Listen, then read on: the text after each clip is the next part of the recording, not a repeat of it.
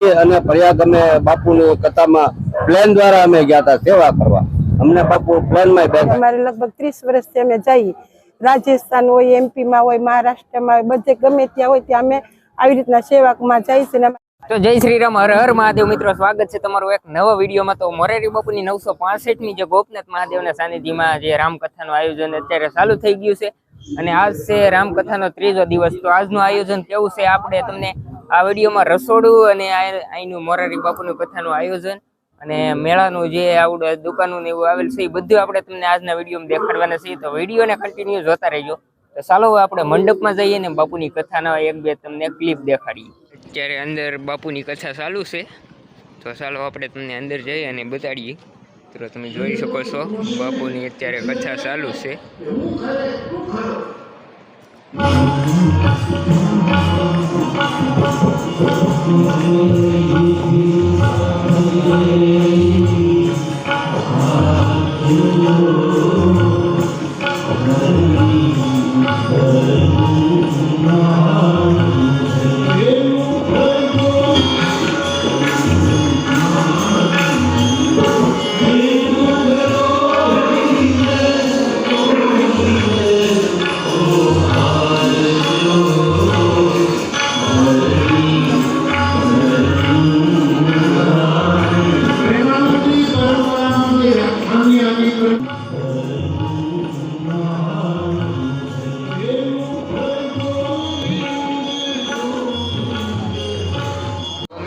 આપણે બાપુ જે રામકથા વાંચતા હોય એ આપણે તમને દેખાડી દીધું છે અને હવે આપણે જઈએ છીએ રસોડા વિભાગ તરફ. તો હવે રસોડા વિભાગમાં આજમાં શું રસોઈ બનેલ છે આપણે તમને બતાવીશું. તો ફાઇનલ મિત્રો આપણે આવી ગયા છીએ રસોડા વિભાગમાં ને તમે પાછળ જોઈ શકો છો લાખો લોકોની અત્યારમાં રસોઈ બની રહી છે. તો અહીં તમે પાછળ જોઈ શકો છો ભાઈ જે અત્યારે ગરમા ગરમ બની રહ્યા છે. તો ચાલો આપણે તમને આગળ જઈએ અને વિડીયોમાં દેખાડીએ આજમાં શું શું રસોઈની વાનગી બને છે. તો મિત્રો અહીં તમે જોઈ શકો છો અત્યારમાં ચણાના લોટનો જે ડોયો કરેલો છે ભજીયા ગોટા બનાવવા માટેનો એ અહીં તમે જોઈ શકો છો.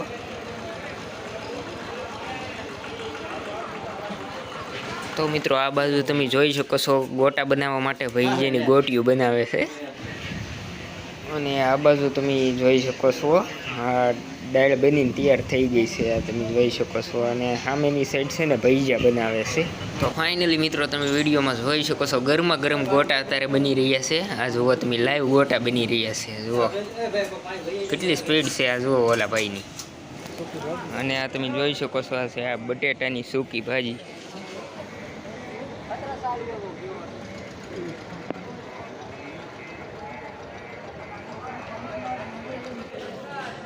રોટલી બનાવવા માટેનો લોટનો આવડો પેકિંગ છે અને આવડો આ છે એનું મશીન. અને અહીં તમે જોઈ શકો છો અત્યારે લોટ બંધાઈને તૈયાર થઈ ગયેલો છે. આ મશીનમાં લઈ અત્યારે મશીન બંધ કરી દેવામાં આવ્યું છે અને આ બાજુ તમે અહીં જોઈ શકો છો રોટલીના ગુંડલા બનાવે છે. આ તમે જુઓ અને આ બાજુ રોટલી વણી અને શેડવતા જાય છે. આ તમે જોઈ શકો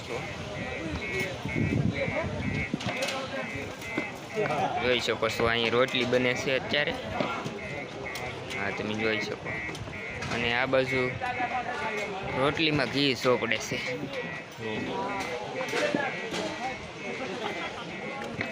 અને આ તમે જોઈ શકો છો અહીં રોટલી બનીને તૈયાર થઈ ગઈ છે.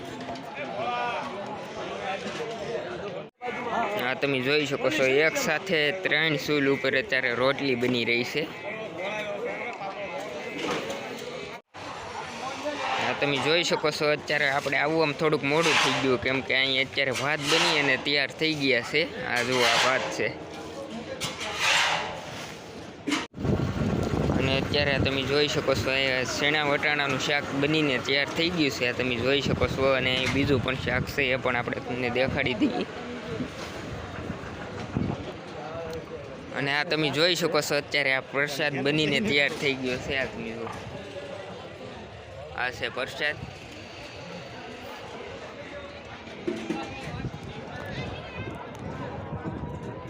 અને આવડો બીજું શાક બનીને પણ તૈયાર થઈ ગયું છે. આમાં છે બટેટા મિક્સ શાક છે ભાઈ. આમાં ઘણી જાતનું અને આ તમે બીજું શાક જોઈ શકો છો જે મિક્સ શાક છે. એમાં બટેટા કોબી અને ફુલેવર ને એવું બધું છે. આ તમે જોઈ શકો છો. અને અહીંયા જો ગરમા ગરમ અત્યારે દાળ બની રહી છે. જુઓ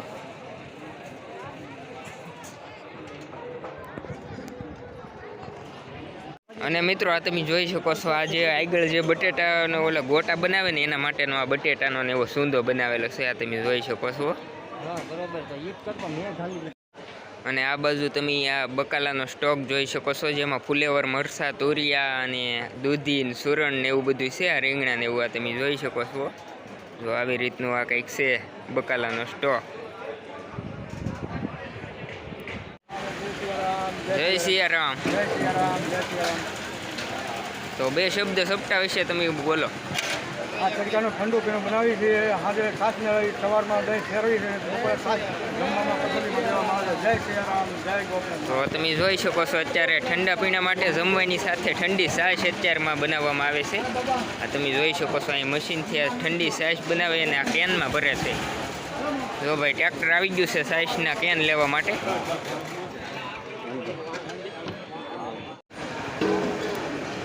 હા તમે જોઈ શકો છો અત્યારે છાશ ભરી રહ્યા છે કેનમાં.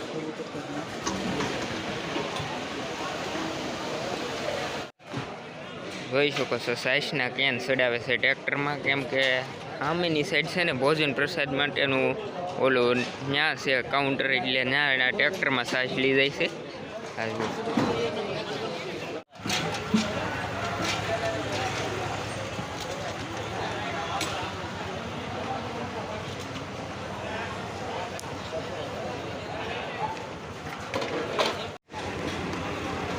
તો ભાઈ ગરમા ગરમ ગોટા આવી ગયા છે.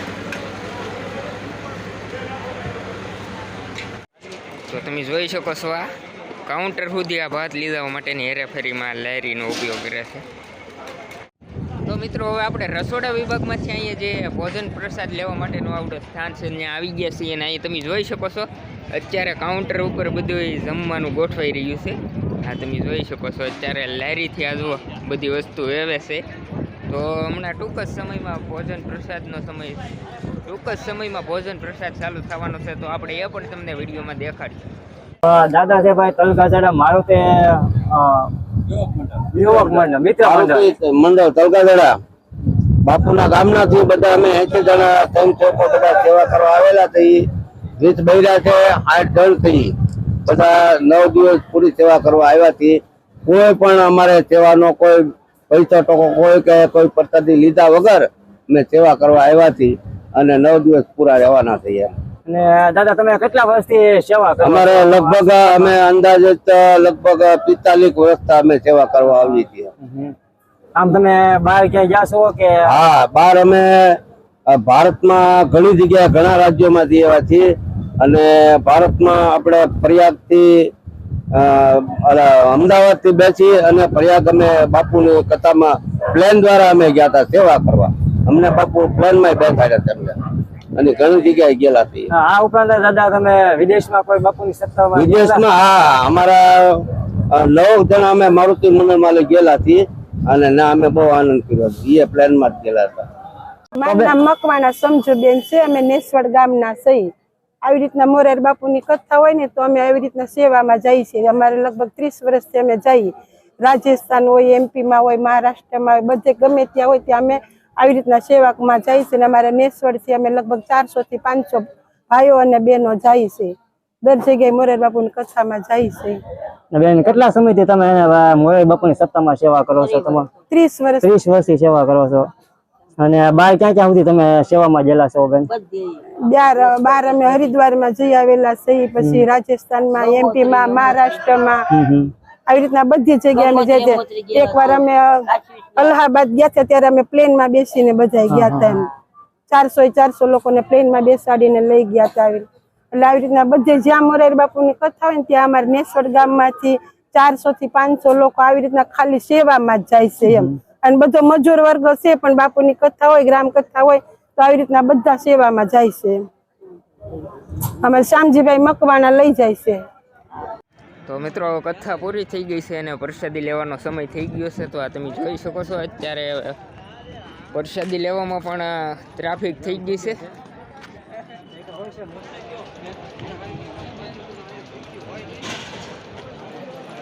તો મિત્રો હવે પ્રસાદી વિતરણ ચાલુ થઈ ગયું છે. તમે જોઈ શકો છો બધા લોકો પ્રસાદી લેવા માટે બેસી ગયા છે. તો હવે આજની વાનગીમાં તમે જોઈ શકો છો આપણે યુટ્યુબનો સ્ટાફ બધે જમવા બેસી ગયો છે.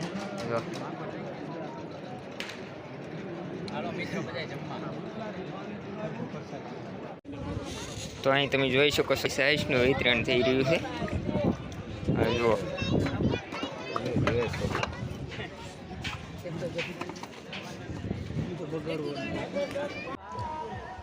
તો મિત્રો વિડીયો ઘણો લાંબો થઈ ગયો છે એટલા માટે આપણે મેળાવાળો વિડીયો અલગથી બનાવવાના છીએ. તો આ વિડીયો ગમ્યો હોય તો લાઈક કરી દો, ચેનલ પર નવો હોય તો સબસ્ક્રાઈબ કરી દો અને કોમેન્ટ કરીને જણાવજો વિડીયો કેવો ગમ્યો.